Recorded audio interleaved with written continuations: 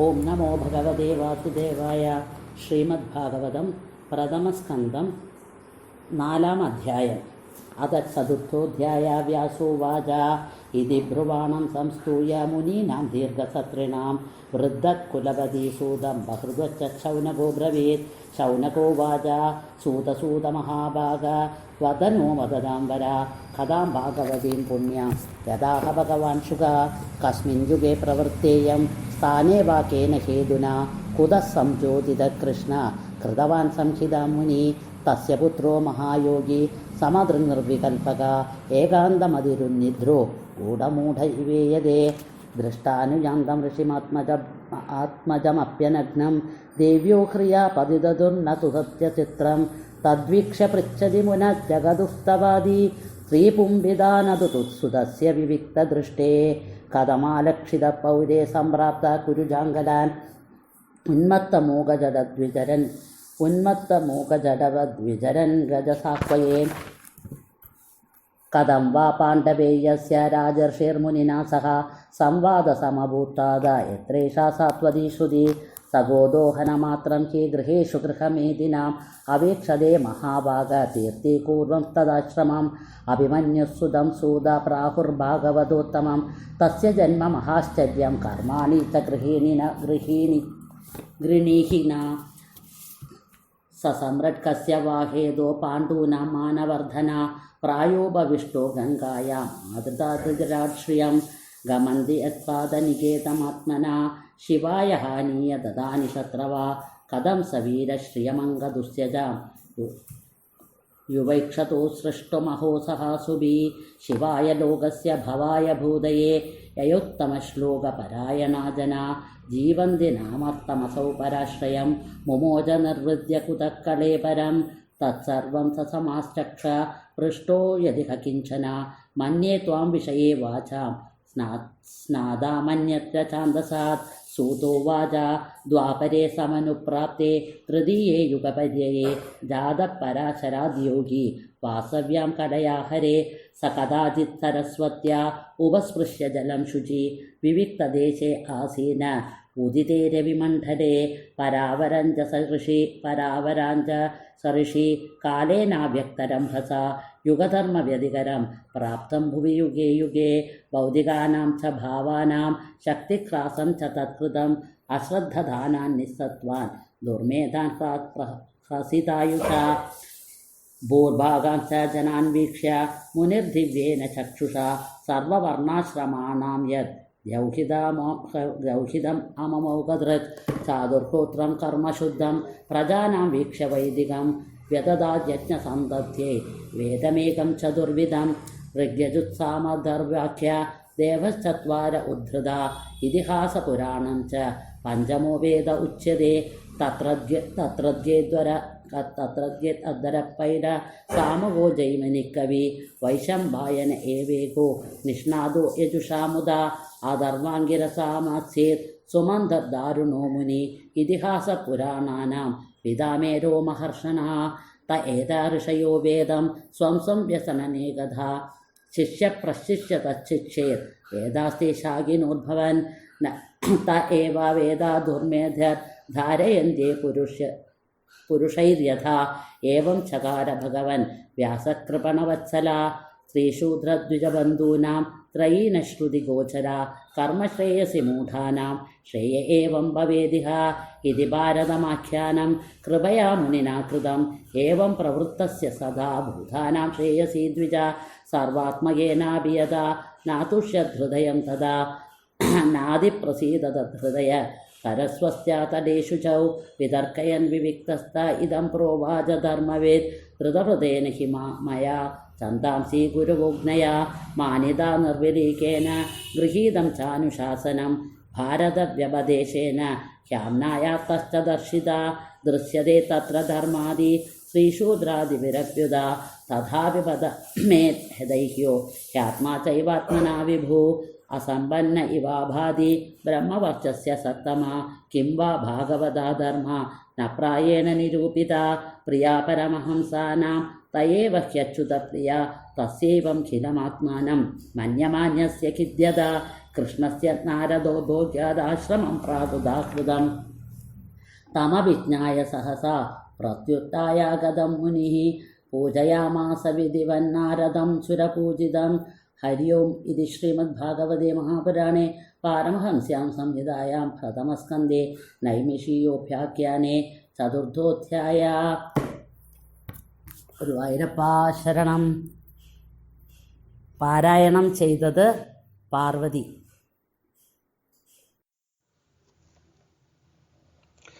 ഇതി ബ്രുവാണം സംസ്തൂയ മുനീനാം ദീർഘസത്രിണാം വൃദ്ധകുലപതിസൂതം ബഹ്രജ ശൗനഗോബ്രവിൽ. പൂർണ്ണത്രൈശാശരണം. ഗുരുവായൂരപ്പാശരണം. ഭാഗവതം കൂട്ടായ്മയുടെ ഭാഗവതോപാസനയുടെ 3 അധ്യായം പൂർത്തിയായി. ഇന്ന് 4-ാമത്തെ അധ്യായം ആരംഭിക്കുകയാണ്. 3-ാമത്തെ അധ്യായത്തിൽ അവതാരങ്ങളെ കുറിച്ച് വിശദമായിട്ട് പറഞ്ഞു. സൂത ശൗനക സംവാദത്തിൽ കൂടിയാണ് ഭാഗവതത്തിൻ്റെ ആദ്യ ഭാഗങ്ങളിൽ കഥകൾ പറയണത് എന്ന് നമ്മൾ കാണുകയുണ്ടായി. ശൗനകൻ സൂതനോട് ഓരോരോ ചോദ്യങ്ങൾ ചോദിക്കുകയാണ് ചെയ്യണത്. അപ്പം ഇവിടെ 4-ാമത്തെ അധ്യായത്തിൽ പ്രധാനമായിട്ട് പ്രതിപാദിക്കുന്ന വിഷയങ്ങൾ വ്യാസോൽപ്പത്തി, വ്യാസവിഷാദയോഗം, വേദവിഭജനം, ഇതിഹാസ പുരാണ നിർമ്മിതി, നാരദാഗമനം. ഇത്രയും വിഷയങ്ങളാണ് 4-ാമത്തെ അധ്യായത്തിൽ പറയണത്. അപ്പോൾ ശ്രീമദ് ഭാഗവതം രചിച്ച വേദവ്യാസ മഹർഷിയുടെ ജനനം അഥവാ അവതാരം ആണ് 4-ാമത്തെ അധ്യായത്തിൽ പ്രധാനമായിട്ട് ആദ്യം പറയണത്. ഇവിടെ 3-ാമത്തെ അധ്യായത്തിൽ അവസാനത്തിൽ ശൗനകൻ ചോദിക്കുന്ന ചോദ്യമുണ്ട്. 6-ാമത്തെ ചോദ്യം ആയിട്ട് ചോദിക്കുന്ന ചോദ്യം എന്താണ്? ഭഗവാൻ ദേവകീ വസുദേവന്മാരുടെ പുത്രനായിട്ട് ദ്വാപരയുഗത്തിൽ അവതരിച്ച് ഏകദേശം 120-125 വർഷക്കാലം അവതാര ലീലകൾ ആടി സജ്ജനങ്ങളെ അനുഗ്രഹിച്ചു, ധർമ്മത്തെ വീണ്ടെടുത്തു. അങ്ങനെ ഭൂമിയെ വീണ്ടും ഉദ്ധരിച്ച് രക്ഷിച്ചു, കാത്തുരക്ഷിച്ചു. അങ്ങനെ ആ ലോകത്തിന് അനുഗ്രഹം പകർന്നു കൊടുത്തു. അതിനുശേഷം അദ്ദേഹം തൻ്റെ അവതാരലീലകൾ ഉപസംഹരിച്ച് സ്വധാമത്തിലേക്ക് മടങ്ങുകയും ചെയ്തു. പക്ഷെ നമുക്കറിയാം, ഭാഗവതം നമ്മളോട് പറയുന്നുണ്ട് ഭഗവാൻ എങ്ങോട്ടും പോയിട്ടില്ല. ഇതൊക്കെ അദ്ദേഹത്തിൻ്റെ ഒരു നാട്യം തന്നെയാണ്, ലീലകൾ തന്നെയാണ്. കാരണം വേറൊന്നുമില്ല, അദ്ദേഹം ഈ കൃഷ്ണാവതാരം തൽക്കാലം ഒന്ന് ഉപസംഹരിച്ച് പിന്നത്തെ യുഗത്തിൽ കലിയുഗത്തിൽ മറ്റൊരു അവതാരം, മറ്റൊരു രൂപത്തിൽ, മറ്റൊരു നാമത്തിൽ വീണ്ടും സജ്ജനങ്ങളെ അനുഗ്രഹിക്കാനായിട്ട് വരണു. ഒരു നാടകത്തിൽ ഒരു രംഗത്തിലൊരു കഥാപാത്രം, ആ കഥാപാത്രത്തിൻ്റെ അഭിനയം ആ രംഗത്ത് പൂർത്തിയാക്കി നടൻ അണിയറയിലേക്ക് പോവും. പിന്നത്തെ രംഗത്ത് വീണ്ടും ആ നടൻ ആ കഥാപാത്രമായിട്ട് വീണ്ടും അരങ്ങത്ത് വരും. എന്നതുപോലെ ഭഗവാൻ ഓരോരോ സന്ദർഭങ്ങളിൽ അല്ലെങ്കിൽ ഓരോരോ യുഗത്തിൽ ഓരോരോ രൂപത്തിലും നാമത്തിലും അവതാരെടുത്ത് സജ്ജനങ്ങളെ അനുഗ്രഹിക്കണു. അത്രയേ ഉള്ളൂ. അപ്പം ഇനി ഇപ്പോൾ തൽക്കാലം ഇപ്പോഴത്തെ ആ അവതാരം തന്നിലേക്ക് തന്നെ ലയിപ്പിച്ച് അദ്ദേഹം തൻ്റെ സ്വധാമത്തിലേക്ക് മടങ്ങി. ഇനി മറ്റൊരു യുഗത്തിൽ വീണ്ടും അദ്ദേഹം മറ്റൊരു നാമം രൂപം സ്വീകരിച്ച് വരും എന്ന് ഭാഗവതം നമ്മളോട് പറയുന്നുണ്ട്. ഏതായാലും കൃഷ്ണാവതാരം ഉപസംഹരിച്ച് അദ്ദേഹം സ്വധാമത്തിലേക്ക് മടങ്ങി. അപ്പോഴാണ് ശൗനകൻ ചോദിക്കുന്നത്, തൻ്റെ അവതാരലീലകൾ ഉപസംഹരിച്ച് ഭഗവാൻ സ്വധാമത്തിലേക്ക് മടങ്ങിയതിന് ശേഷം ധർമ്മം, ഭഗവത് ധർമ്മം ഏതിനെയാണ് ആശ്രയിച്ചത് എന്നാണ് ചോദിക്കുന്നത്. അപ്പം അതിൻ്റെ സമാധാനമായിട്ടാണ് സൂതൻ പറയണു. കൃഷ്ണേ സുധാമോപഗതേ ധർമ്മജ്ഞാനാധിവിസ്സഹ കലൗ നഷ്ടദൃശാമേഷ പുരാണാർക്കോധുനോദിത. സൂതൻ പറയണു, ഭഗവാൻ ശ്രീകൃഷ്ണൻ തൻ്റെ കൃഷ്ണാവതാരം, ആ ലീലകളൊക്കെ ആടി ആ അവതാരം തന്നിലേക്ക് ലയിപ്പിച്ച് സുധാമത്തിലേക്ക് മടങ്ങിയെങ്കിലും ധർമ്മത്തിന് ഒരു ക്ഷയവും വന്നിട്ടില്ല. കാരണം കാരുണ്യമൂർത്തിയായിട്ടുള്ള ഭഗവാൻ ഭഗവത് ധർമ്മങ്ങൾ ഭാഗവതമാകുന്ന ആ പുരാണ സൂര്യനിൽ ലയിപ്പിച്ച് അല്ലെങ്കിൽ ആവാഹിച്ചിട്ടാണ് അദ്ദേഹം സുധാമത്തിൽ തൽക്കാലം മടങ്ങിയിട്ടുള്ളത്. എന്താണ് ഭഗവാൻ അറിയാം. ഇനിയിപ്പോൾ കലിയുഗം ആരംഭിക്കുകയും അപ്പോൾ കലിയുഗത്തിൽ ഈ ധർമ്മത്തിനും ജ്ഞാനത്തിനും സത്യത്തിനും എല്ലാത്തിനും ഒരു ച്യുതി വരും എന്ന് മാത്രമല്ല, കലി ബാധിച്ചാൽ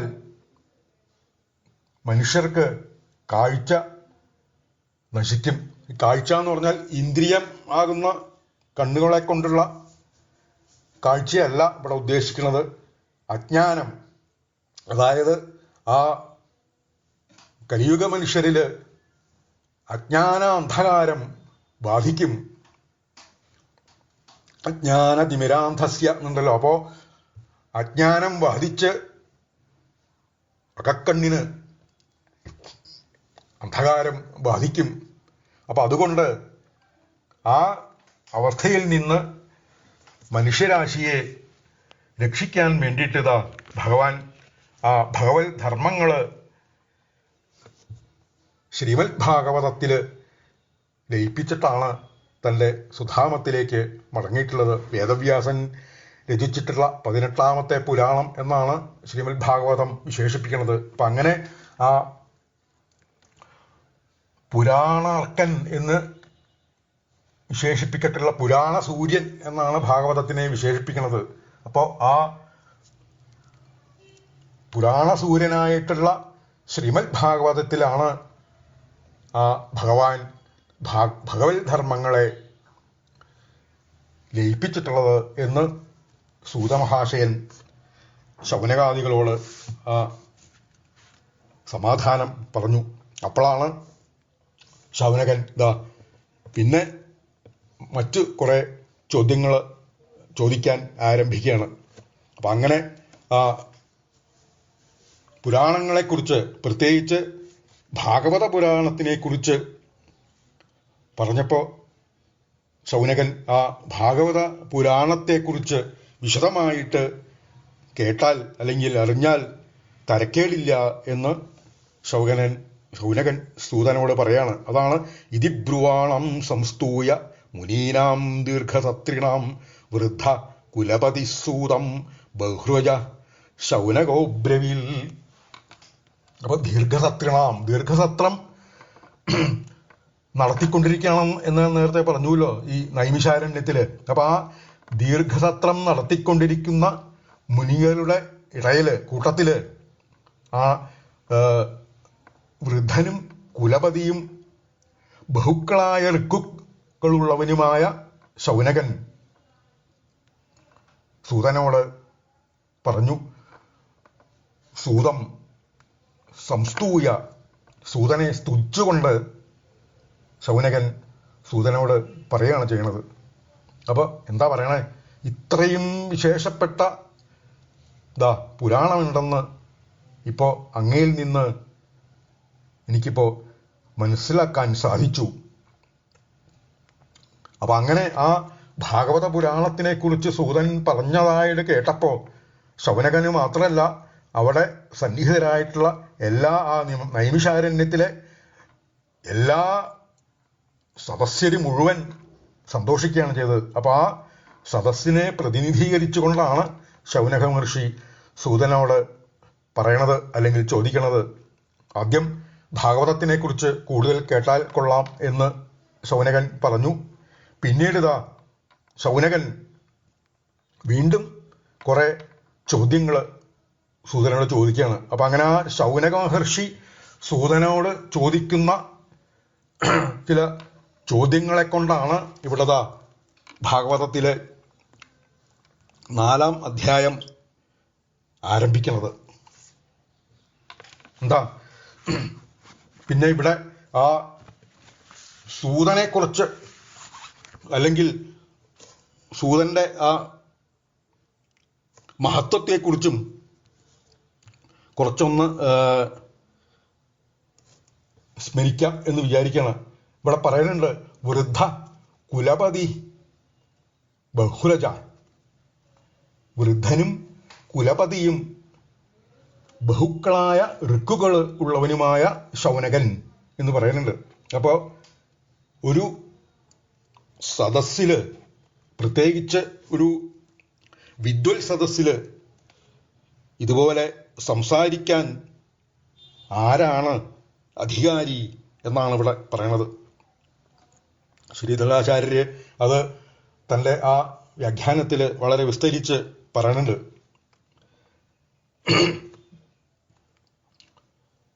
വൃദ്ധൻ എന്ന് പറഞ്ഞാൽ പൂർണ്ണമായിട്ട് വളർച്ച പ്രാപിച്ചവൻ എന്ന അർത്ഥം.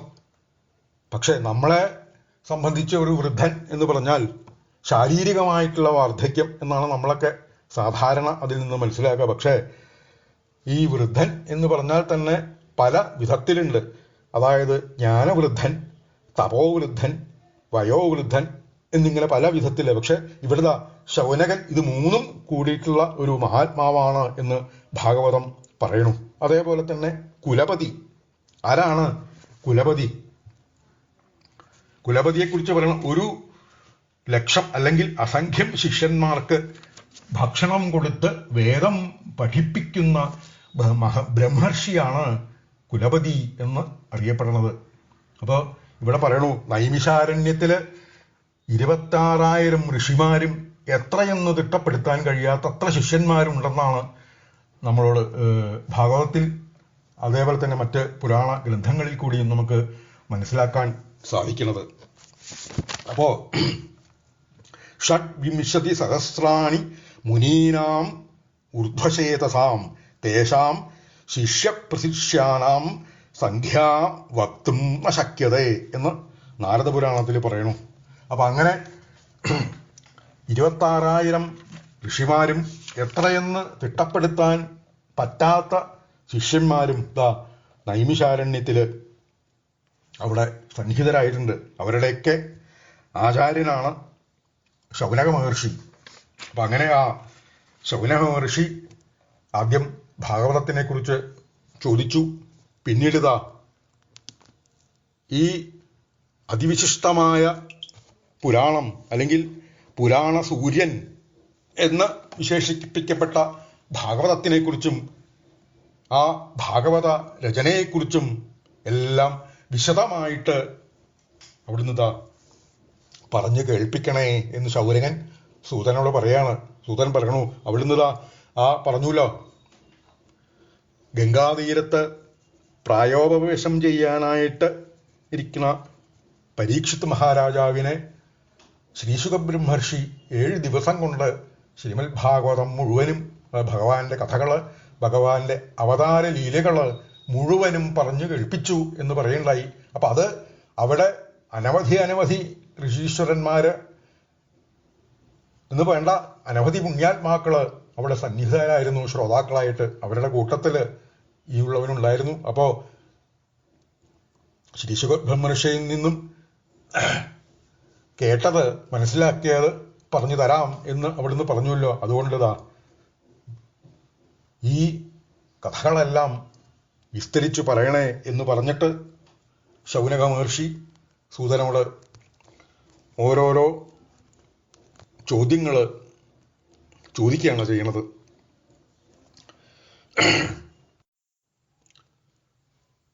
വേദവ്യാസ മഹർഷി ഇത്രയൊക്കെ സൽക്കർമ്മങ്ങൾ ചെയ്തു, അനവധി പുരാണങ്ങളെ രചിച്ചു. ഈ പിന്നെ വേദങ്ങളെ എന്തിനു വേണ്ടിയിട്ടാണ് വേദത്തിനെ 4ആയിട്ട് പകുത്തത്? ഒന്നായി കിടക്കുന്ന വേദം അത്ര ഗഹനാണ്, അത്ര ആഴത്തില് ഈ കിടക്കുന്ന ആ വേദത്തിനെ ഇനി വരുന്ന അതായത് തൻ്റെ ആ ദിവ്യദൃഷ്ടി കൊണ്ട് വേദവ്യാസ മഹർഷിക്ക് ഒരു കാര്യം മനസ്സിലായി. ഇപ്പൊ ഓരോ യുഗങ്ങൾ കഴിയും തോറും മനുഷ്യർക്ക് ഓരോരോ അവരുടെ ആ ശക്തി കുറഞ്ഞു കുറഞ്ഞു വരും. മാത്രമല്ല മനുഷ്യർക്ക് ഓരോ പരിമിതികൾ ശാരീരികമായിട്ടും മാനസികമായിട്ടും വന്നു ചേരും എന്ന് അദ്ദേഹത്തിന് മനസ്സിലായി. മനുഷ്യന്റെ ആയുസ് കുറയും, അതേപോലെ മനുഷ്യന്റെ ശാരീരികമായിട്ടുള്ള ശക്തി കുറയും, അതേപോലെ മാനസികമായിട്ടുള്ള ശക്തി അല്ലെങ്കിൽ ബലം കുറയും, അതേപോലെ തന്നെ ബുദ്ധി ശക്തിയും കുറയും. ഓരോരോ കാര്യങ്ങൾ കേട്ടാൽ അത് വേണ്ട പോലെ ഗ്രഹിക്കാനും മനസ്സിലാക്കാനും ഉൾക്കൊള്ളാനും ഉള്ള കഴിവും ബുദ്ധിയും ചിന്താശക്തിയും ഒക്കെ ഓരോ യുഗങ്ങൾ കഴിയും തോറും മനുഷ്യരാശിക്ക് കുറഞ്ഞു കുറഞ്ഞു കുറഞ്ഞു കുറഞ്ഞു വരും എന്ന് വേദവ്യാസ മഹർഷിക്ക് തൻ്റെ ദിവ്യദൃഷ്ടി കൊണ്ട് മനസ്സിലാക്കാൻ സാധിച്ചു. അപ്പോൾ ഈ ഇത്രയും ഗഹനമായിട്ടുള്ള വേദം, ഒന്നായി കിടക്കുന്ന വേദം, ഇനി വരുന്ന ഓരോ യുഗത്തിലെയും മനുഷ്യർക്ക് അത് മനസ്സിലാക്കാൻ സാധിക്കില്ല എന്ന് മനസ്സിലാക്കിയിട്ടാണ് അത് ഒന്ന് ലളിതവൽക്കരിക്കുക. ഇപ്പൊ നമ്മൾ ഓരോരോ പാഠ്യപദ്ധതികൾ വിദ്യാലയങ്ങളിൽ അതികഠിനമായിട്ടുള്ള പാഠ്യപദ്ധതികൾ അല്ലെങ്കിൽ വ്യവസ്ഥിതികൾ, സിലബസുകൾ അത് സിംപ്ലിഫൈ ചെയ്യാറുണ്ട്. അതേപോലെ അത് അർഹിക്കുന്നവർ, അതിൽ അറിവുള്ളവർ ചെയ്യാറുണ്ട്. അതേപോലെയാണ് ഈ ഒന്നായി കിടക്കുന്ന വേദത്തെ ഒന്ന് സിംപ്ലിഫൈ ചെയ്യുകയാണ് ചെയ്തത്. 4ആക്കി പകുത്ത് അതൊന്ന് സിംപ്ലിഫൈ ചെയ്യുകയാണ് ചെയ്തത്. അപ്പൊ അങ്ങനെ ആ വേദത്തിനെ 4ആക്കി തൻ്റെ പ്രതിശിഷ്യന്മാർ പരമ്പരകളിൽ കൂടി ലോകത്തിന് പകർന്നു കൊടുത്തു. ഇനിയിപ്പോ ഈ വേദോപനിഷത്തുകൾ കേൾക്കാനോ അല്ലെങ്കിൽ അത് പഠിക്കാനോ അധികാരം ഇല്ലാത്തവരുണ്ട്. അപ്പൊ അവർക്ക് വേണ്ടിയിട്ട് ആണ് വേദവ്യാസൻ പഞ്ചമവേദം എന്ന് പ്രസിദ്ധമായിട്ടുള്ള മഹാഭാരതം എന്ന ഇതിഹാസം രചിച്ചത്. അങ്ങനെ വേദത്തെ 4ആയിട്ട് പകുത്തു. പഞ്ചമവേദം എന്ന് പ്രസിദ്ധമായിട്ടുള്ള മഹാഭാരതം എന്ന ഇതിഹാസം രചിച്ചു. ഇത്രയൊക്കെ ആയിട്ടും വേദവ്യാസന് മനസ്സിന് ഒരു ശാന്തി കിട്ടണില്ല. എന്തോ ഒരു അപൂർണത തോന്നണു. എന്താ ഇത്? ഇത്രയൊക്കെ സൽക്കർമ്മങ്ങൾ ലോകത്തിന് വേണ്ട മനുഷ്യരാശിക്ക് വേണ്ടി ചെയ്തിട്ടും എൻ്റെ മനസ്സിനൊരു ശാന്തി കിട്ടണില്ലല്ലോ, ഒരു സ്വസ്ഥത കിട്ടണില്ലല്ലോ എന്നിങ്ങനെ ചിന്തിക്കുകയാണ് വേദവ്യാസൻ. നോക്കൂ, വേദവ്യാസനെ തന്നെ ഇങ്ങനെയാണ് തോന്നണമെങ്കിൽ കലിയുഗ മനുഷ്യരായ നമ്മളെയൊക്കെ കഥ ആലോചിക്കുക അല്ലേ? കാരണം ഇപ്പൊ എല്ലാവർക്കും എപ്പോഴും മനസ്സിന് ഓരോരോ കാരണങ്ങളൊക്കെ ഉണ്ട്. ഒന്നല്ലെങ്കിൽ അത്, അല്ലെങ്കിൽ മറ്റൊന്ന് ടെൻഷൻ, ഡിപ്രഷൻ, ഫ്രസ്ട്രേഷൻ, അതല്ലെങ്കിൽ ഇങ്ങനെ മനസ്സിനെ മതിക്കുന്ന ഓരോരോ കാര്യങ്ങളാണ് മനുഷ്യനെ എപ്പോഴും മനുഷ്യന് ഫേസ് ചെയ്യേണ്ടി വരുന്നത്. അപ്പൊക്കെ നമ്മൾ ഓരോരോ ഉപാധികളെ നമ്മൾ ആശ്രയിക്കും. വേദവ്യാസനും അത് തന്നെയാണ്. തൻ്റെ ഈ മനസ്സിന്റെ അസ്വസ്ഥതയ്ക്ക്, അശാന്തിക്ക് എന്താണ് കാരണം, എന്തേ കാരണം എന്ന് ചിന്തിച്ചുകൊണ്ട് തൻ്റെ സരസ്വതീ നദിയുടെ തീരത്തുള്ള ശമ്യാപ്രാസം എന്നുള്ള ആ ആശ്രമത്തിൽ ഇങ്ങനെ ഇരിക്കുകയാണ്.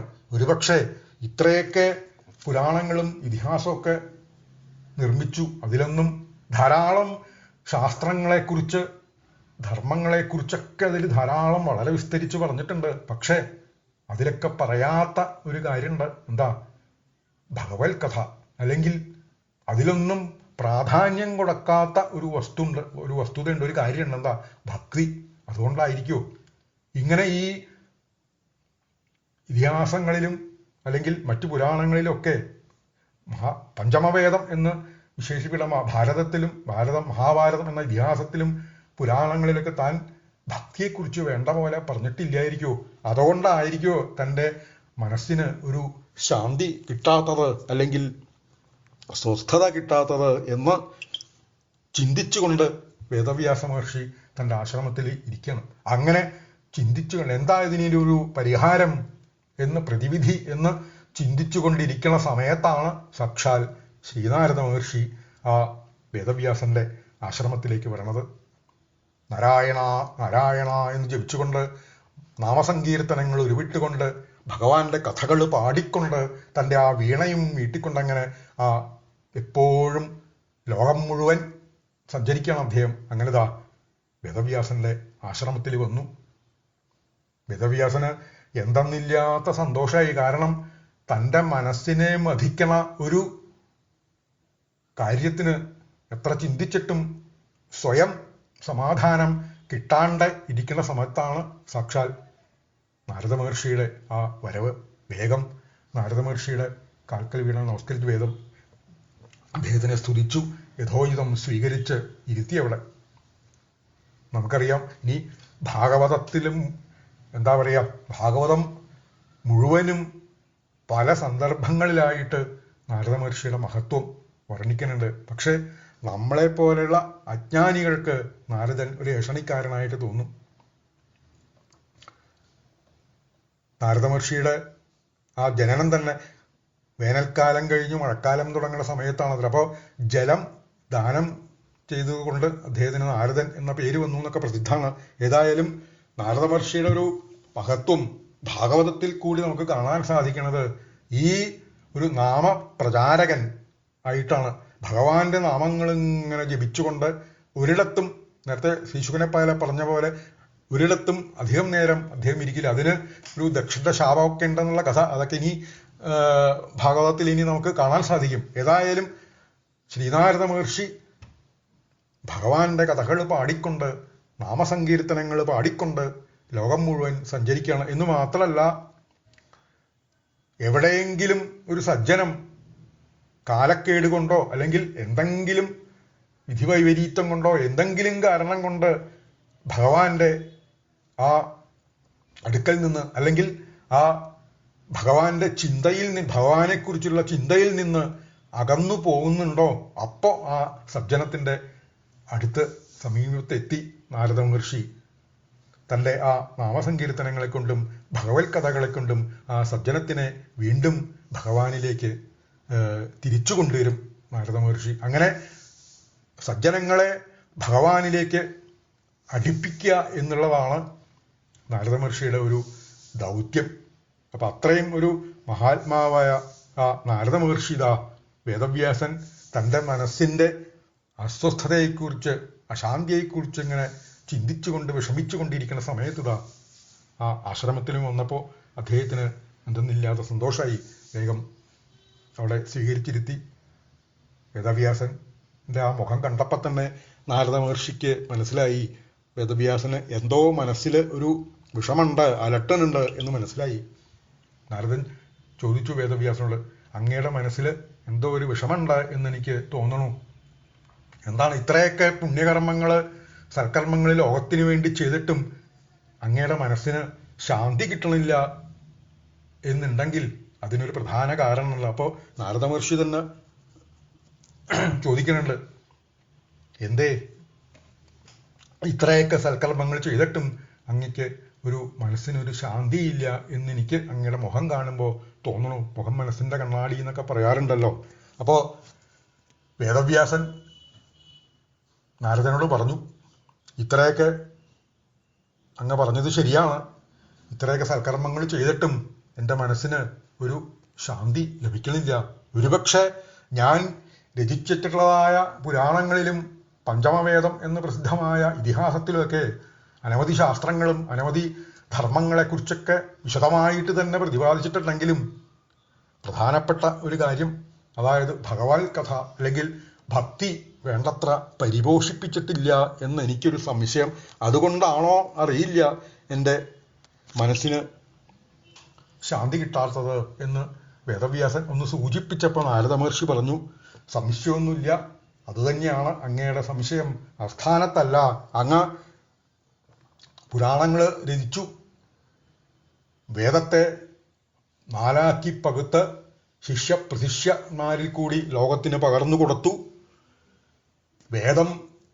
വേദാധികാരികളല്ലാത്തവർക്ക് വേണ്ടിയിട്ട് അങ്ങ് പഞ്ചമവേദം എന്ന് പ്രസിദ്ധമായിട്ടുള്ള ഇതിഹാസം മഹാഭാരതം രചിച്ചു, അതും ലോകത്തിന് പകർന്നു കൊടുത്തു. ഇത്രയൊക്കെ ചെയ്തിട്ടും അങ്ങക്ക് ശാന്തി കിട്ടണില്ല എന്നുണ്ടെങ്കിൽ അങ്ങ് പറഞ്ഞ പോലെ ഈ ഗ്രന്ഥങ്ങളിലൊന്നും ഭഗവത് കഥകൾക്ക് വേണ്ടത്ര പ്രാധാന്യം കൊടുത്തിട്ടില്ല എന്ന് മാത്രമല്ല, ഭക്തിക്കും വേണ്ടത്ര പ്രാധാന്യം കൊടുത്തിട്ടില്ല. അതുതന്നെയാണ് അങ്ങയുടെ ഈ ഒരു വിഷാദത്തിന് അല്ലെങ്കിൽ മനസ്സിൻ്റെ അസ്വസ്ഥതയ്ക്ക് കാരണം എന്ന് ഞാൻ മനസ്സിലാക്കണം. അതുകൊണ്ട് മഹർഷേ, അങ്ങ് ഒരു കാര്യം ചെയ്യൂ, ഇനി ഒരു പുരാണം കൂടി, ഒരു ഗ്രന്ഥം കൂടി രചിക്കൂ. എന്നിട്ട് ആ ഗ്രന്ഥത്തിൽ ഭക്തിക്ക് പ്രാധാന്യം കൊടുത്തുകൊണ്ട്, ഭഗവത് കഥകൾക്ക് പ്രാധാന്യം കൊടുത്തുകൊണ്ട്, ഭക്തന്മാരുടെ മഹത്വത്തിന് പ്രാധാന്യം കൊടുത്തുകൊണ്ട് ആ ഗ്രന്ഥത്തിൽ വളരെ വളരെ വളരെ വിസ്തരിച്ച് പ്രതിപാദിക്കുക. അങ്ങനെ ഈ ഭഗവത് കഥകൾക്കും ഭഗവത് ധർമ്മങ്ങൾക്കും ഭക്തിക്കും ഭക്തന്മാർക്കും പ്രാധാന്യം കൊടുത്തുകൊണ്ട് ഒരു ഗ്രന്ഥം രചിക്കൂ. അങ്ങയുടെ ഈ മനസ്സിൻ്റെ ഇപ്പോഴത്തെ ആ ഒരു അവസ്ഥയ്ക്ക് സംശയമൊന്നുമില്ല, അതൊരു ശാശ്വതമായിട്ടുള്ള പരിഹാരമാവും എന്ന് ഞാൻ നിസ്സംശയം പറയാം എന്ന് ശ്രീ നാരദ മഹർഷി വേദവ്യാസനോട് പറയുകയാണ് ചെയ്യണത്. എന്നിട്ട് നാരദ മഹർഷി ആ നാരദ മഹർഷിയുടെ വാക്കുകൾ കേട്ടപ്പോൾ വേദവ്യാസന് എന്തെന്നില്ലാത്ത സന്തോഷമായി. അങ്ങനെ വീണ്ടും വീണ്ടും വേദവ്യാസൻ നാരദനെ സ്തുതിച്ചു, മനസ്സുകൊണ്ട് നമിച്ചു. നാരദ മഹർഷി ആ വേദവ്യാസന്റെ മനസ്സിലെ വിഷമം മനസ്സിലാക്കിയിട്ട് ഒന്നുകൂടി ആവർത്തിച്ച് പറയാണ്, മഹർഷേ, ഇങ്ങതാ ഞാൻ പറഞ്ഞ പോലെ ഭഗവത് കഥകള്, ഭഗവത് ധർമ്മങ്ങള്, ഭക്തി എല്ലാത്തിനും പ്രാധാന്യം കൊടുത്തുകൊണ്ട് ഒരു ഗ്രന്ഥം രചിക്കൂ. വീണ്ടും വീണ്ടും പറയാണ്, സംശയമൊന്നുമില്ല മഹർഷി, അങ്ങയുടെ ഈ ഇപ്പോഴത്തെ മനസ്സിൻ്റെ അവസ്ഥയ്ക്കതു ശാശ്വതമായിട്ടുള്ള പരിഹാരമാവും എന്ന് നാരദ മഹർഷി ഒരിക്കൽ കൂടി ആവർത്തിച്ച് വേദവ്യാസനോട് പറയുകയാണ് ചെയ്യണത്. എന്നിട്ട് നാരദ മഹർഷി ഒന്നുകൂടി പറഞ്ഞു. എന്തിനാ? വേദവ്യാസ മഹർഷിക്ക് നാരദന്റെ വാക്കുകൾ കേട്ടിട്ട് സന്തോഷമായി എന്ന് മാത്രമല്ല, ബോധ്യമായി താൻ്റെ ആ ഇപ്പോഴത്തെ മനസ്സിൻ്റെ അവസ്ഥയ്ക്കുള്ള പരിഹാരം എങ്ങനെയാണ് ചെയ്യേണ്ടത്, എന്താണ് ചെയ്യേണ്ടതെന്ന് അദ്ദേഹത്തിന് ബോധ്യമായി. പക്ഷെ നാരദ മഹർഷി വീണ്ടും പറയാൻ തുടങ്ങുന്നതാ, ഞാൻ ഒരു കാര്യം കൂടി പറയാം. എൻ്റെ ഈ ജന്മം ഭഗവത് കൃപ കൊണ്ട്, ഭഗവത് കാരുണ്യം കൊണ്ട്, ഭഗവാന്റെ അനുഗ്രഹം കൊണ്ട് ഭഗവാന്റെ കഥകൾ പാടിക്കൊണ്ടും നാമങ്ങൾ പാടിക്കൊണ്ടും നാമസങ്കീർത്തനം ചെയ്തുകൊണ്ടും സജ്ജനങ്ങളെ എന്തെന്നില്ലാത്ത ആ ആനന്ദസാഗരത്തിൽ ആറാടിച്ചുകൊണ്ടും നടക്കാനുള്ള ഭാഗ്യം എനിക്ക് സിദ്ധിച്ചത് ഭഗവാന്റെ കൃപ കൊണ്ട്, ഭഗവാന്റെ കാരുണ്യം കൊണ്ടും അനുഗ്രഹം കൊണ്ടും മാത്രമാണ് വ്യാസമഹർഷേ. എൻ്റെ പൂർവജന്മം ഞാനൊരു ദാസീപുത്രനായിരുന്നു. അപ്പം അങ്ങനെ ഒരു ദാസീപുത്രനായ എനിക്കിതാ ഈ ജന്മത്തിൽ ഇങ്ങനെയൊരു പുണ്യം, ഇങ്ങനെയൊരു ഭാഗ്യം ലഭിച്ചത് എങ്ങനെയാണ്, അതുകൂടി ഞാൻ അങ്ങേക്ക് വിസ്തരിച്ച് എൻ്റെ ആ കേൾപ്പിച്ചു തരാം. എൻ്റെ ആ പൂർവജന്മ കഥ കൂടി ഞാൻ അങ്ങേക്ക് കേൾപ്പിച്ചു തരാം എന്ന് നാരദ മഹർഷി പറയണു. കാരണം നാരദ മഹർഷിക്ക് തൻ്റെ ആ പൂർവജന്മ വൃത്താന്തവും അതേപോലെ ഈ ഭഗവാന്റെ കഥകൾ പാടിക്കൊണ്ട് നടക്കാനുള്ള ഈ ജന്മം സിദ്ധിച്ചത് എങ്ങനെയാണ് എന്ന് ആരോട് എത്ര പറഞ്ഞാലും മതിയാവില്ല. അതിന് അവസരം കിട്ടിയാൽ നാരദ മഹർഷി അത് പറയും. ആ ഭഗവാന്റെ കാരുണ്യം, ഭഗവാന്റെ കൃപ, ഭഗവാന്റെ അനുഗ്രഹം എത്രയാണ് എന്ന് നാരദ മഹർഷിക്ക് എത്ര പറഞ്ഞാലും, ആരോട് എത്ര പറഞ്ഞാലും മതിയാവില്ല. അതുകൊണ്ടുകൂടിയാണ് നാരദ മഹർഷി വേദവ്യാസനോട് തൻ്റെ ആ പൂർവ ജന്മ കഥകൾ പറയാനായിട്ട് ആരംഭിക്കുകയാണ്. ഇനിയിപ്പോൾ 5ഉം 6ഉം അധ്യായങ്ങൾ ശ്രീനാരദ മഹർഷി വേദവ്യാസ മഹർഷിയോട് തൻ്റെ പൂർവ്വജന്മവൃത്താന്തം അല്ലെങ്കിൽ പൂർവ്വജന്മ കഥകൾ പറയണതായിട്ടാണ് ഇനി അടുത്ത 5-ാമത്തെയും 6-ാമത്തെയും അധ്യായം, അങ്ങനെ 2 അധ്യായങ്ങൾ കൂടിയിട്ടാണ് ശ്രീനാരദ മഹർഷി വേദവ്യാസനോട് തൻ്റെ പൂർവ്വജന്മ വൃത്താന്തം അല്ലെങ്കിൽ പൂർവ്വജന്മ കഥകൾ പറയണത്. ഇവിടെ ഈ 4-ാമത്തെ അധ്യായം നമുക്ക് ഗുരുവായൂരപ്പൻ്റെ പൂർണ്ണത്രയീശൻ്റെയും സജ്ജനങ്ങളുടെയും പാദങ്ങളിൽ നമുക്ക് സമർപ്പിക്കാം. സർവത്ര ഗോവിന്ദനാമ സങ്കീർത്തനം ഗോവിന്ദ ഗോവിന്ദ. പൂർണ്ണത്രയീശാശരണം, ഗുരുവായൂരപ്പാശരണം, രാധേശ്യാം. അപ്പം ഇങ്ങനെ ഈ മത്സ്യത്തിൻ്റെ വയറ്റിൽ നിന്ന് 2 മനുഷ്യക്കുഞ്ഞുങ്ങൾ പുറത്തേക്ക് വന്നത് കണ്ടപ്പോൾ മുക്കുവൻ പരിഭ്രമിച്ചു. വേഗം ആ കുട്ടികളെയും എടുത്തുകൊണ്ട് രാജാവിൻ്റെ അടുത്തേക്ക് പോയി. ഉപരിചര വസുവിൻ്റെ അടുത്ത് ചെന്ന് ആ കുട്ടികളെ രാജാവിന് സമർപ്പിച്ചു. അപ്പോൾ രാജാവ് വേഗം ആൺകുട്ടിയെ സ്വീകരിച്ച് പെൺകുട്ടിയെ ഈ മുക്കുവന് തന്നെ തിരിച്ച് കൊടുക്കുകയുണ്ടായത്. അങ്ങനെ ആ മുക്കുവൻ ആ പെൺകുട്ടിയെയും കൊണ്ടുവന്ന് മുക്കുവനും പത്നിയും കൂടി തൻ്റെ ഗൃഹത്തിൽ കൊണ്ടുവന്ന് എന്താണെന്നില്ലാത്ത വാത്സല്യത്തോടുകൂടി വളർത്തി വലുതാക്കി. ആ പെൺകുട്ടിക്ക് അവര് മാതാപിതാക്കള് സത്യവതി എന്ന് പേരും കൊടുത്തു. അപ്പൊ അങ്ങനെ ആ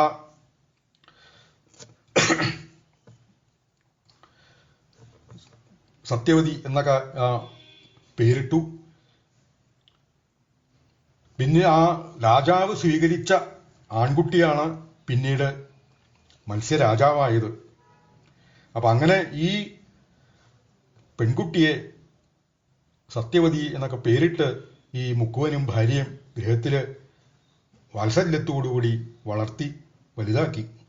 അപ്പൊ അങ്ങനെ വലുതായി കഴിഞ്ഞപ്പോൾ ഈ സത്യവതി തൻ്റെ അച്ഛനെ സഹായിക്കാനായിട്ട് ഇടയ്ക്ക് പോവും. തോണിയിൽ പോകുമ്പോൾ ആ അച്ഛനെ സഹായിക്കാനായിട്ട് തോണി തുഴയാനൊക്കെ ആയിട്ട് ഈ സത്യവതി പോവും. അങ്ങനെ ഒരു ദിവസം ഈ സത്യവതി തോണിയും തുഴഞ്ഞു പോകുമ്പോഴാണ് ആ തോണിയിൽ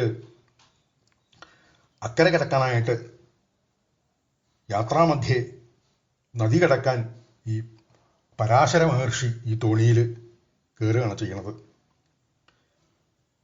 അപ്പൊ ഈ സത്യവതി കുറച്ചൊക്കെ കറുത്തിട്ടാണെങ്കിലും അതിസുന്ദരിയായിട്ടുള്ള ഒരു യുവതിയാണ്. സിദ്ധന്മാർക്ക് കൂടി അവര് ഈ മഹാത്മാക്കള് വലിയ വലിയ സിദ്ധന്മാര് കൂടി ഈ സത്യവതിയുടെ രൂപ ലാവണ്യം, രൂപ സൗന്ദര്യത്തില് മയങ്ങിയിട്ടുണ്ടെന്നാണ്. അപ്പൊ അത്ര സൗന്ദര്യമാണ് സത്യവതിക്ക്. മാത്രമല്ല അങ്ങനെയുള്ള ആ സൗന്ദര്യം തിളമ്പിനോട് ഈ സത്യവതിയോട് പരാശര മഹർഷിക്കൊരു അനുരാഗം തോന്നുകയാണ് ചെയ്യണത്. ഭാഗവതം നമ്മളോട് പറയണേ, പരാശര മഹർഷിയെ പോലെയുള്ള ഒരു പുണ്യാത്മാവിന് ഒരു പ്രാകൃതമായിട്ടുള്ള ഒരു അനുരാഗമല്ല, അല്ലെങ്കിൽ കാമ്യമായിട്ടുള്ള ഒരു അനുരാഗമല്ല സത്യവതിയോട് തോന്നിയത്. കാരണം അദ്ദേഹത്തിന്റെ മഹത്വം, അദ്ദേഹം വലിയൊരു സിദ്ധനാണ്. അപ്പൊ അദ്ദേഹത്തിന് തൻ്റെ ആ ഒരു ജ്ഞാനദൃഷ്ടി കൊണ്ട് ഈ പെൺകുട്ടി, ഈ സത്യവതി ഉപരിചര വസുവിന്റെ പുത്രിയാണെന്നും തന്റെ ദിവ്യദൃഷ്ടി കൊണ്ട് മനസ്സിലാക്കാൻ സാധിച്ചു. അപ്പൊ അതുകൊണ്ട്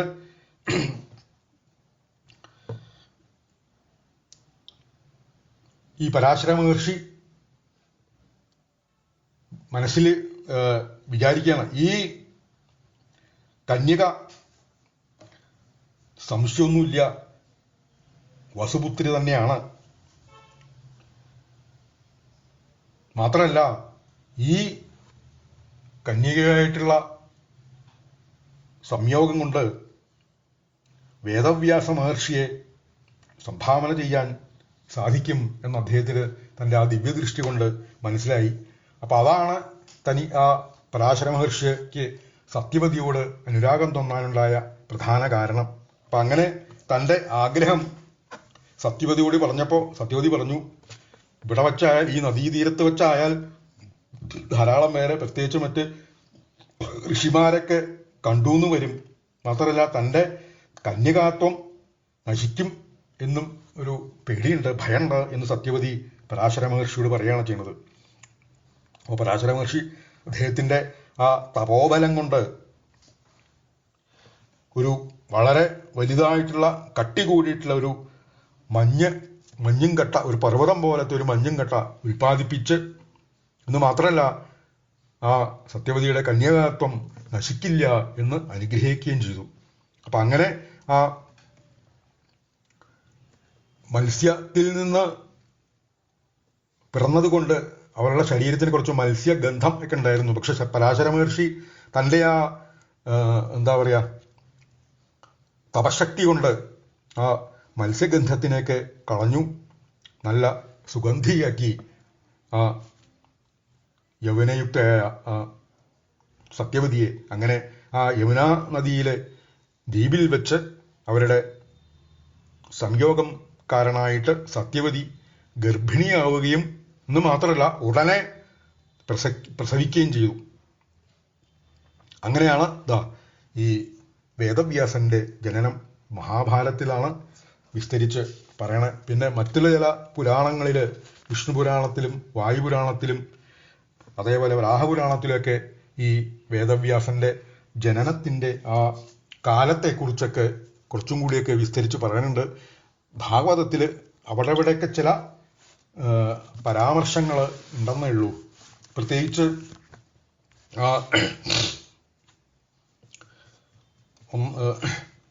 ഈ പ്രഥമസ്കന്ധത്തിൽ 3-ാമത്തെ അധ്യായത്തിലാണ് ഈ വേദവ്യാസന്റെ കുറിച്ച് ഒരു പരാമർശം ഉള്ളത്. തഥ സപ്തദശേജാത സത്യവത്യാം പരാശരാൽ ചക്രേ വേദതരോ ശാഖ ദൃഷ്ട്വാ പുംസോൽപമേധസ എന്ന് പറയുന്നുണ്ട്. അതായത് 3-ാമത്തെ അധ്യായത്തിൽ അവതാരങ്ങളെക്കുറിച്ചാണല്ലോ പറയണത്.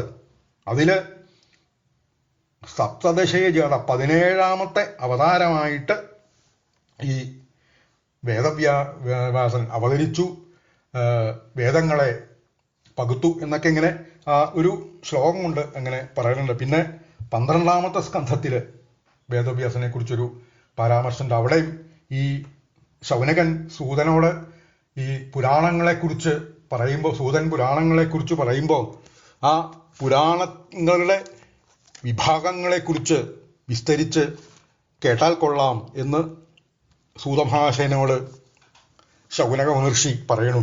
അപ്പം അവിടെ ഈ പുരാണങ്ങളുടെ വിഭാഗങ്ങളെക്കുറിച്ച് ചോദിക്കണേൻ്റെ കൂട്ടത്തിൽ സന്ദർഭവശാൽ ശൗനകൻ ചോദിക്കണു, ഈ വേദങ്ങളെക്കുറിച്ച് ചോദിക്കുന്നുണ്ട്. വേദങ്ങളെ 4ആക്കി വിഭജിച്ചു. വേദവ്യാസൻ തൻ്റെ ശിഷ്യന്മാരെക്ക് ഓരോരോ വേദങ്ങളെ ഉപദേശിച്ചു കൊടുത്തു, പഠിപ്പിച്ചു കൊടുത്തു എന്നൊക്കെ പറയുന്നുണ്ടല്ലോ. അതും ആ വേദവിഭാഗങ്ങളെക്കുറിച്ചും ഒന്ന് വിസ്തരിച്ച് കേട്ടാൽ കൊള്ളാം എന്ന് ഈ 12-ാമത്തെ സ്കന്ധത്തിൽ 1-2 ദിക്കിൽ പരാമർശങ്ങളുണ്ട്. അങ്ങനെ 2-ഓ 3-ഓ ദിക്കിലാണ് ശ്രീമദ് ഭാഗവതത്തിൽ വേദവ്യാസന്റെ ഉൽപ്പത്തിയെക്കുറിച്ച് ചെറിയ ചെറിയ പരാമർശങ്ങളുള്ളത്. അപ്പം ഇവിടെ ഈ വേദവ്യാസന്റെ ഉൽപ്പത്തിയെക്കുറിച്ച് ഭാഗവതത്തിൽ പറയണത് ദ്വാപരേ സമനുപ്രാപ്തേ തൃതീയേ യുഗപര്യേ ജാത പരാശരാദ്യോഗി വാസവ്യാം കലയാഹരേ എന്നാണ് പറയുന്നത്. അപ്പം ഈ ശ്ലോകം കൊണ്ട് വേദവ്യാസന്റെ ആ ജനനത്തെക്കുറിച്ച് അല്ലെങ്കിൽ ആ ജനന സമയത്തെക്കുറിച്ച് ചെറിയൊരു പരാമർശം ഭാഗവതം നമുക്ക് തരുന്നത്. എന്താ, ഈ 3-ാമത്തേതായ ദ്വാപര യുഗ അവസാന കാലത്ത് വസുപുത്രിയുടെ അല്ലെങ്കിൽ വസുപുത്രിയിൽ സത്യവതിയിൽ പരാശരന്റെ പുത്രനായി ഭഗവാൻ മഹായോഗിയായ വേദവ്യാസനായി അവതരിച്ചു എന്ന് പറയുന്നുണ്ട്. അപ്പൊ ഇവിടെ വ്യാസാവതാരം നടന്നത് ദ്വാപരയുഗത്തിൽ നിന്ന് കലിയുഗത്തിലേക്ക് കടക്കണ ദശാസന്ധി കാലത്താണ് എന്ന് നമുക്ക് മനസ്സിലാക്കാം.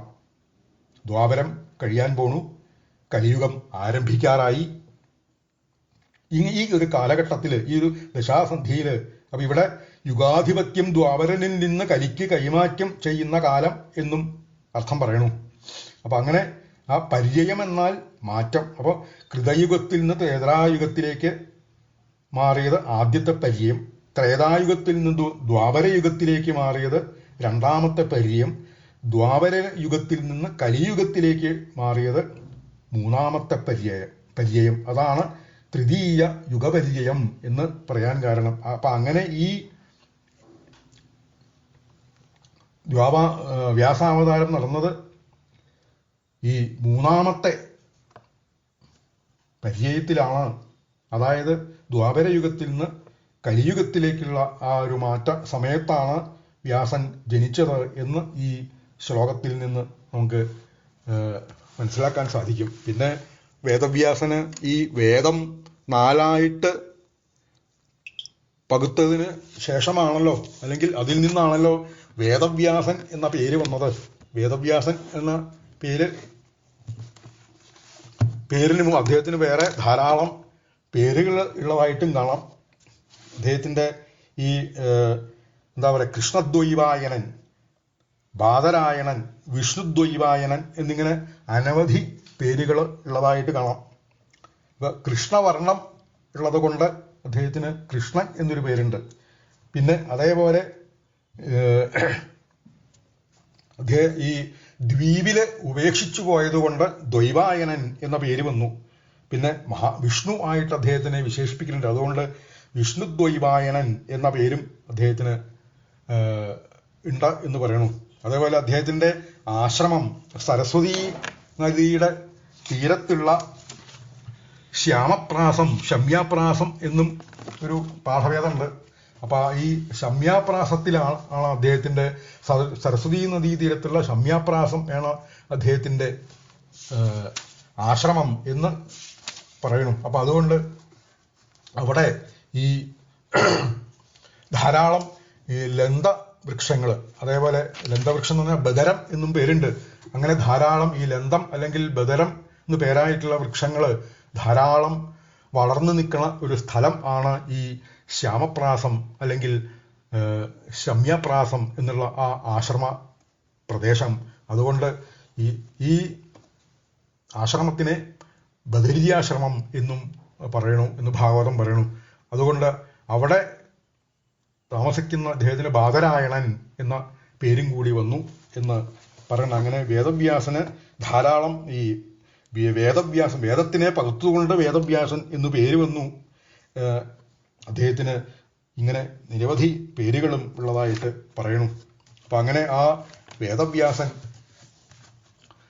ശ്രീമദ് ഭാഗവതം രചിക്കാനുണ്ടായ കാരണം, അതേപോലെ വേദവ്യാസൻ തൻ്റെ പുത്രനായ ശ്രീശുഖബ്രഹ്മർഷിക്ക് ശ്രീമദ് ഭാഗവതം ഉപദേശിക്കാനുണ്ടായ കാരണം, ഈ ശ്രീശുഖബ്രഹ്മർഷിയുടെ വിശേഷണം പറയുമ്പോൾ മറ്റൊന്നുകൂടി പറയാനുള്ള, അദ്ദേഹത്തിന് ഈ എന്താ പറയുക, സ്ത്രീ പുരുഷ അവസ്ഥാഭേദങ്ങളൊന്നുമില്ല.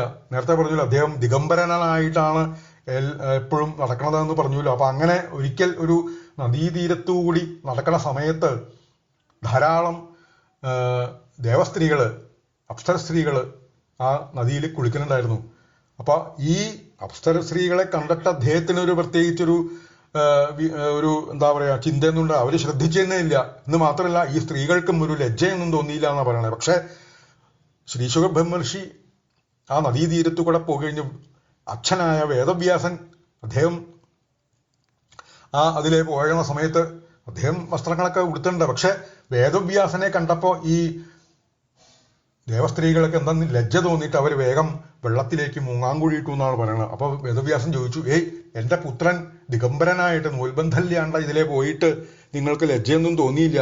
ഞാൻ വസ്ത്രമൊക്കെ ഉടുത്തിട്ടാണ് പറയുന്നത്, എന്നിട്ട് എന്നെ കണ്ടപ്പോൾ ലജ്ജ തോന്നി, എന്താ കാരണം എന്ന് ചോദിച്ചപ്പോൾ ഈ ആ സ്ത്രീകൾ പറഞ്ഞു, ദേവസ്ത്രീകൾ പറഞ്ഞു, അങ്ങയുടെ പുത്രന് ഈ ജന്മനാ തന്നെ വിരക്തനാണ്, സ്ത്രീ പുരുഷൻ എന്നുള്ള അവസ്ഥാഭേദങ്ങളൊന്നുമില്ല, അതുകൊണ്ട് ഞങ്ങൾക്ക് ലജ്ജ തോന്നിയില്ല. പക്ഷെ അത്രയും ഒരു വിരക്തി വരാത്തത് കൊണ്ട് അങ്ങക്ക് ഈ അവസ്ഥാഭേദങ്ങളൊക്കെ ഉണ്ട് എന്ന് ഞങ്ങൾക്കറിയാം, അതുകൊണ്ടാണ് ഞങ്ങൾക്ക് ലജ്ജ തോന്നിയത് എന്ന് പറഞ്ഞപ്പോൾ വേദവ്യാസൻ എന്തെന്നില്ലാത്ത സന്തോഷമായി. തൻ്റെ ആ പുത്രൻ്റെ മഹാത്മ്യം, മഹത്വം ദേവസ്ത്രീകൾ പറഞ്ഞു കേട്ടപ്പോൾ മനസ്സുകൊണ്ട് ആ ശ്രീശുഖനെ നമിക്കുകയും ചെയ്തു. അങ്ങനെ ആ വേദവ്യാസ മഹർഷി തൻ്റെ പുത്രനായ ശ്രീശുഖ ബ്രഹ്മർഷിക്ക് ഭാഗവതം ഉപദേശിക്കാൻ എന്താണ് കാരണം എന്നൊക്കെ നേരത്തെ നമ്മൾ സ്മരിക്കേണ്ടായി. അങ്ങനെതാ ആ വേദവ്യാസ മഹർഷി അനവധി പുരാണങ്ങൾ രചിച്ചു. അതേപോലെ തന്നെ ഈ വേദങ്ങളെ പകുത്തിട്ട് തൻ്റെ ശിഷ്യന്മാർക്കായിട്ട് ഉപദേശിച്ചു. ഋഗ്വേദം പൈലനും, യജുർവേദം വൈശമ്പായനും, സാമവേദം ജൈമിനിക്കും, അഥർവവേദം സുമന്തുവിനും ഉപദേശിച്ചു. അതേപോലെ തന്നെ ഇതിഹാസ പുരാണങ്ങൾ രോമഹർഷന് ഉപദേശിച്ചു. അങ്ങനെ ഈ വേദാന്തങ്ങളും അല്ലെങ്കിൽ വേദോപനിഷത്തുകളും ഈ ഇതിഹാസ പുരാണങ്ങളും തൻ്റെ പ്രശിഷ്യ പരമ്പരയിൽ കൂടി ലോകത്തിന് പകർന്നു തന്നു എന്നുള്ള കഥകളൊക്കെ പറഞ്ഞു. പിന്നീടാണ് ഈ വേദവ്യാസ മഹർഷി ശ്രീമദ് ഭാഗവത മഹാപുരാണം രചിക്കാൻ എന്നുള്ള കാരണം ഭാഗവതം നമ്മളോട് പറയണം. ഏത് യുഗത്തിൽ എവിടെ വെച്ച് എന്തു കാരണത്താലാണ് വേദവ്യാസൻ ശ്രീമദ് ഭാഗവതം രചിക്കാൻ കാരണം, അതേപോലെ ആരുടെ പ്രേരണയാൽ ആണ് വ്യാസഭഗവാൻ ഭാഗവതം രചിച്ചത്, പിന്നെ പരീക്ഷിത് മഹാരാജാവ് ഗംഗാതീരത്ത് പ്രായോപവേശം ചെയ്യാൻ എന്താണ് കാരണം, വ്യാസഭഗവാൻ തൻ്റെ പുത്രനായ ശ്രീശുഖബ്രഹ്മർഷിക്ക് ഭാഗവതം ഉപദേശിക്കാൻ എന്താണ് കാരണം, ശ്രീശുഖബ്രഹ്മർഷി പരീക്ഷത്തിന് ഭാഗവതം കേൾപ്പിക്കാൻ എന്താണ് കാരണം. ഇങ്ങനെ കുറെ ചോദ്യങ്ങൾ ശൗനകൻ സൂതനോട് ചോദിക്കണം. അപ്പൊ ഇവിടെ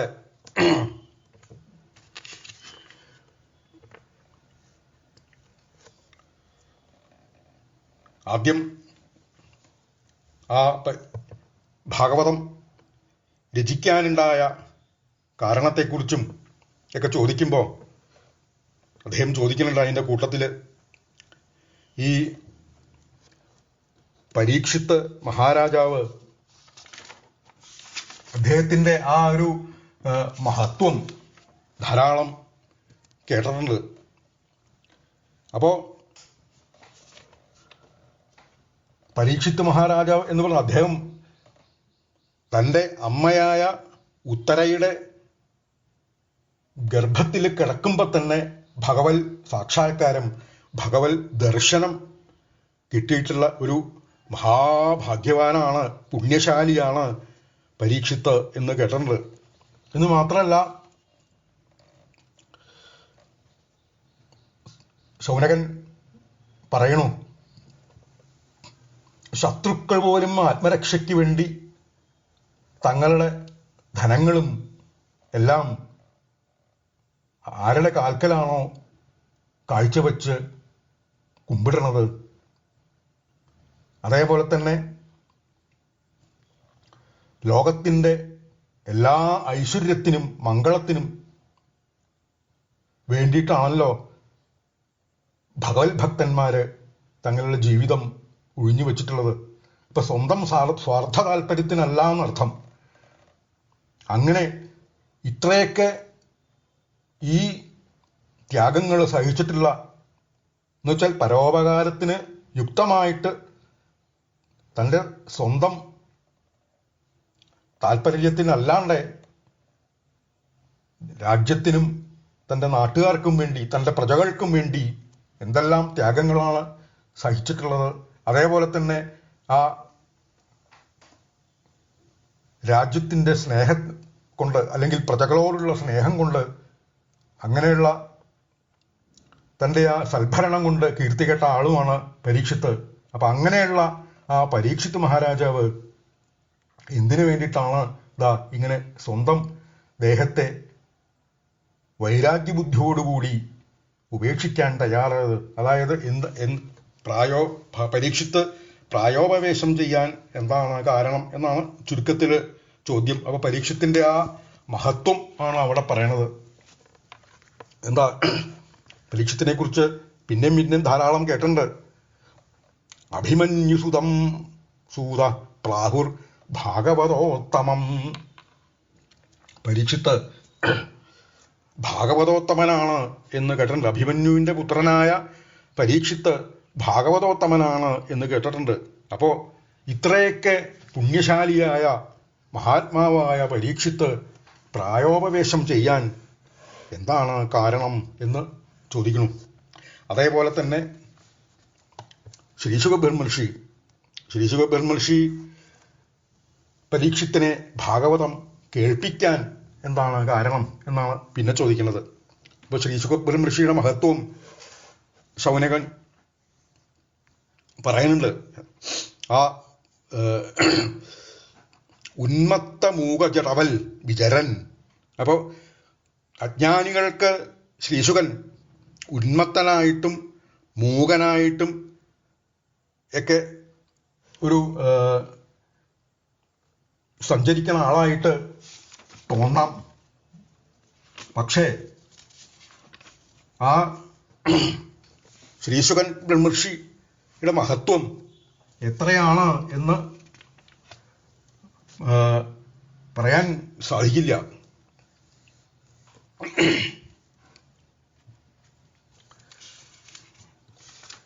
അതാണ് ഈ സൂതനോട് ഈ ശൗനകൻ വീണ്ടും വീണ്ടും എടുത്ത് ചോദിക്കണത്. കഥമാലക്ഷിത പൗരൈ സംപ്രാപ്ത കുരുജാംഗവാൻ ഉന്മത്ത മൂകടജടവിൽ വിചരൻ ഗജസാഹ്യേ. അങ്ങനെ ഉന്മത്തനായിട്ടും മൂകനായിട്ടും ജഡനായിട്ടും അജ്ഞാനികൾക്ക് തോന്നുന്ന ആ ശ്രീശുഖബ്രഹ്മർഷിയുടെ മഹത്വം എത്രയാണ് എന്ന് കണക്കില്ല. എന്ന് മാത്രമല്ല, സ ഗോദോഹനമാത്രം ഹി ഗൃഹേഷു ഗൃഹമേധിനാം അപേക്ഷതേ മഹാഭാഗ സ്ഥീർത്തീകുർവസ്ഥതാശ്രമം. ശ്രീശുഖബ്രഹ്മർഷി ഒരു സ്ഥലത്ത് പശുവിനെ കറക്കുന്ന നേരം, അതായത് ഒരു മുഹൂർത്തത്തിന്റെ 8/1 കാലം എന്നാണ് പറയണത്. അപ്പൊ അത്ര സമയേ ഒരു ഗൃഹസ്ഥാശ്രമിയായിട്ടുള്ള അല്ലെങ്കിൽ ആ ഗൃഹസ്ഥാശ്രമിയുടെ ഗൃഹങ്ങളിൽ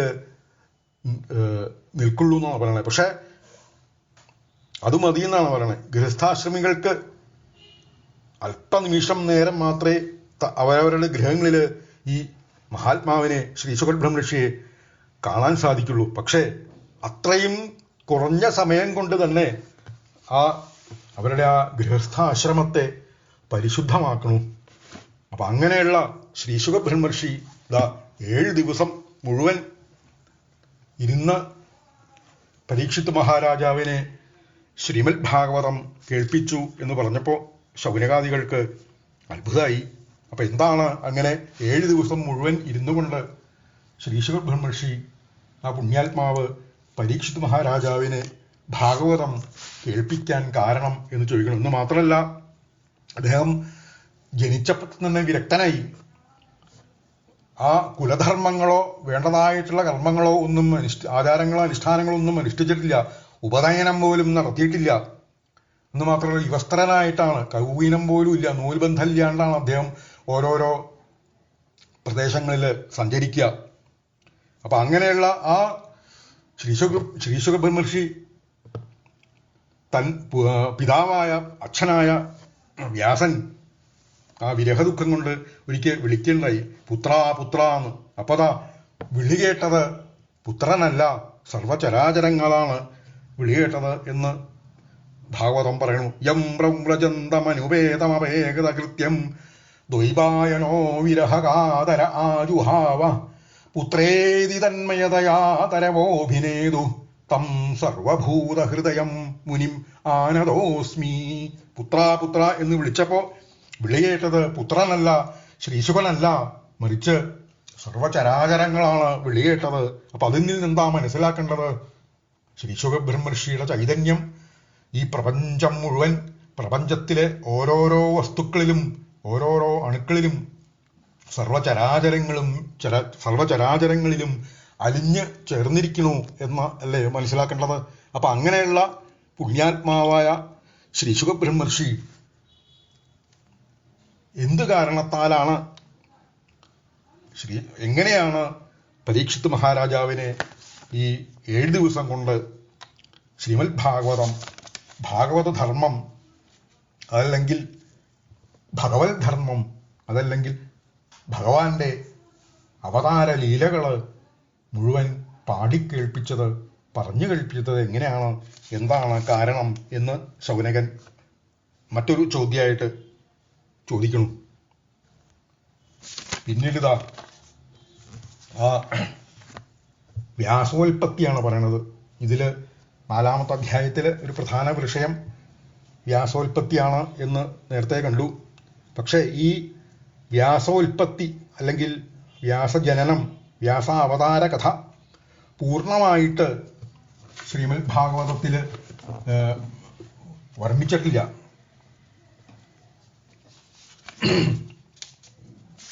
അപ്പൊ ഇവിടെ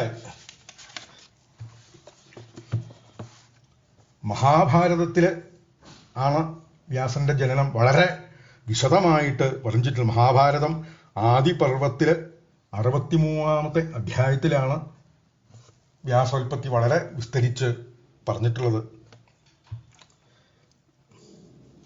വ്യാസന്റെ അച്ഛന്റെ പേര് വസു എന്നാണ്. ചേതുരാജ്യത്തെ പൂരുവംശത്തിലാണ് ഈ വസു എന്ന രാജാവ്. അപ്പോൾ ഈ വസുവിന് ദേവേന്ദ്രൻ അതിവിശിഷ്ടമായിട്ടുള്ള ഒരു രഥം കൊടുക്കേണ്ടായി, സ്ഫടികരഥം കൊടുക്കേണ്ടായി. ആ സ്ഫടികരഥത്തിന്റെ പ്രത്യേകത എന്താന്ന് വെച്ചാൽ ആകാശത്തുകൂടി, രഥത്തില് ആകാശത്തുകൂടി സഞ്ചരിക്കാൻ സാധിക്കും എന്നുള്ളതാണ് ഈ സ്ഫടികരഥത്തിന്റെ, ദേവേന്ദ്രൻ കൊടുത്തിട്ടുള്ള ഈ സ്ഫടികരഥത്തിന്റെ ഒരു പ്രത്യേകത. അപ്പൊ അദ്ദേഹം അങ്ങനെ ഈ ആകാശത്തുകൂടി സഞ്ചരിക്കാൻ സാധിക്കുന്ന രഥത്തിൽ കയറി അങ്ങനെ ആകാശമാർഗത്തിൽ സഞ്ചരിച്ചതുകൊണ്ട് അദ്ദേഹത്തിന് ഉപരിചരവസു എന്ന ഒരു പേരും കിട്ടി. അങ്ങനെ ഉപരിചരവസു എന്ന പേരിലും ഈ രാജാവ് പ്രസിദ്ധനായി എന്നർത്ഥം. അപ്പൊ അങ്ങനെ ഇരിക്കുന്ന ഒരു ദിവസം അദ്ദേഹത്തിന്റെ മാതാപിതാക്കള് ഈ വസുവിനോട് പറഞ്ഞു, നായാട്ടിന് പോയി കുറച്ച് മൃഗങ്ങളെ വേട്ടയാടിക്കൊണ്ടുവരാൻ പറഞ്ഞു. അപ്പൊ അങ്ങനെ അച്ഛനമ്മമാരുടെ നിർദ്ദേശം അനുസരിച്ച് ഈ ഉപരിചരവസു എന്ന രാജാവ് നായാട്ടിനായിട്ട് പോവാൻ പുറപ്പെടുകയാണ് ചെയ്യുന്നത്. അപ്പോഴാണ് ആ നായാട്ടിനായിട്ട് കൊട്ടാരത്തിൽ നിന്ന് ഇറങ്ങി പുറപ്പെടുന്ന സമയത്താണ് അദ്ദേഹത്തിന്റെ പത്നി ഗിരിക എന്നാണ് പത്നിയുടെ പേര്. ഗിരിക എന്ന രാജാവിന്റെ ഉപരിചരവസുവിന്റെ പത്നി അദ്ദേഹത്തിന്റെ അടുത്ത് വന്നിട്ട് ഋതുസ്നാനം കഴിഞ്ഞ് വന്ന് ആ പുത്രകാമത്തോടുകൂടി അദ്ദേഹത്തിനെ സമീപിക്കുകയാണ് ചെയ്തത്. പക്ഷേ രാജാവ് ഈ നായാട്ടിനായിട്ട് പോണ സമയമായതുകൊണ്ട് തൻ്റെ പത്നിയുടെ അപേക്ഷ നിരസിച്ചു, നായാട്ടിനായിട്ട് പോവുകയും ചെയ്തു. പക്ഷെ പത്നിയുടെ ആ എന്താ പറയുക പുത്രകാമത്തോടുള്ള ഒരു അപേക്ഷ നിരസിച്ചെങ്കിലും വനത്തിൽ ചെന്ന് നായാട്ട് നടത്തിക്കൊണ്ടിരിക്കുന്ന സമയം മുഴുവൻ അദ്ദേഹത്തിന് തൻ്റെ പത്നിയെക്കുറിച്ചുള്ള വിചാരം മാത്രമായി ഈ മനസ്സിൽ. അങ്ങനെ ആ ഉപരിചരവസുവിന് നായാട്ട് നടത്തിക്കൊണ്ടിരിക്കുന്ന സമയത്ത് എപ്പോഴും പത്നിയെക്കുറിച്ചുള്ള ആ വിചാരം മനസ്സിലങ്ങനെ നിറഞ്ഞ് നിൽക്കുന്ന കാരണം അദ്ദേഹത്തിന് ഇന്ദ്രിയ സ്ഖലനം ഉണ്ടായി എന്നാണ് പറയുന്നത്. അപ്പൊ ആ ഇന്ദ്രിയ സ്ഖലനം ഉണ്ടായ ഉടനെ അദ്ദേഹം അത് ഒരു ഇലക്കുമ്പിളിൽ ശേഖരിച്ച് ഒരു പരുന്തിന്റെ കയ്യിൽ തൻ്റെ പത്നിക്ക് കൊടുക്കാനായിട്ട് നിർദ്ദേശിച്ച് ആ പരുന്തിന്റെ കയ്യിൽ കൊടുക്കുകയും ചെയ്തു. ആ പരുന്ത് ആ ഇലക്കുമ്പിളും കൊണ്ട് അവിടുന്ന് പറന്നു. മാർഗമധ്യേ ആ പരുന്തിന് യമുനാ നദിയുടെ മുകളിൽ കൂടി പറക്കേണ്ടതായിട്ട് വന്നു. അങ്ങനെ ആ യമുനാ നദിയുടെ മുകളിൽ കൂടി പറക്കണ സമയത്ത് മറ്റൊരു പരുന്ത് വന്ന് ആക്രമിച്ച് ഈ കുമ്പിള് ഈ പരുന്തിന്റെ കൊക്കിൽ നിന്ന് താഴെ ആ നദിയിലേക്ക് വീഴുകയും ചെയ്തു. അപ്പൊ നദിയിൽ ധാരാളം മത്സ്യങ്ങളുണ്ടല്ലോ. അപ്പൊ അങ്ങനെ ആ നദിയിൽ വീണ സമയത്ത് ഒരു മത്സ്യം ഈ ഇന്ദ്രിയസ്ഖലനം അത് ഭക്ഷിക്കുകയും ചെയ്തു. അപ്പൊ ആ മത്സ്യം അതങ്ങനെ ഭക്ഷിച്ചു. കുറച്ച് നാൾ കഴിഞ്ഞു. അപ്പോഴാണ് ഒരു മുക്കുവൻ വന്ന് മത്സ്യം പിടിക്കാനായിട്ട് വന്നു. ചൂണ്ടയിട്ട് ആ ചൂണ്ടയിൽ കൊളുത്തിയതാ ഈ ഇന്ദ്രിയ സ്ഖലനം, രാജാവിൻ്റെ സ്ഖലനം ഭക്ഷിച്ച മത്സ്യമാണ്. അപ്പൊ അങ്ങനെ ഈ മത്സ്യത്തിനെയും കൊണ്ട് മുക്കുവൻ തൻ്റെ ഗൃഹത്തിൽ വന്ന് ആ മത്സ്യത്തിനെ മുറിച്ചപ്പോ അതിൽ നിന്ന് ഇരട്ടക്കുട്ടികളാണ് ഉണ്ടായത്. 2 മനുഷ്യക്കുട്ടികൾ പുറത്തേക്ക് വരണം കണ്ടപ്പോൾ മുക്കുവൻ പരിഭ്രമിച്ചു. ഒരു ആൺകുട്ടിയും ഒരു പെൺകുട്ടിയാണ് ആ മത്സ്യത്തിന്റെ വയറ്റിൽ നിന്ന് വന്നത്.